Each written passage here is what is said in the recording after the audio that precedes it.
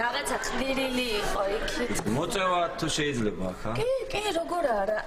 აი.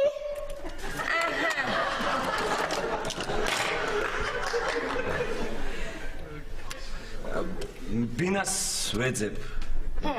წანისისკენ მინდა რა. მთავარია გარაჟი იყოს და წყალი იყოს გრაფიკის გარეშე თუ შეიძლება. და კიდევ ერთი სუპერმარკეტი თუ იქნება, სადმე ახლო-მახლო ძალიან კაი იქნება. ერეკლე, წერილი გინდა თუ სიხარული?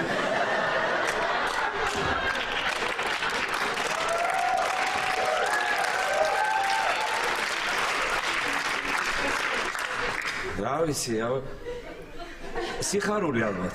ყველანაირად ვეცდები. რომელ თვალზე?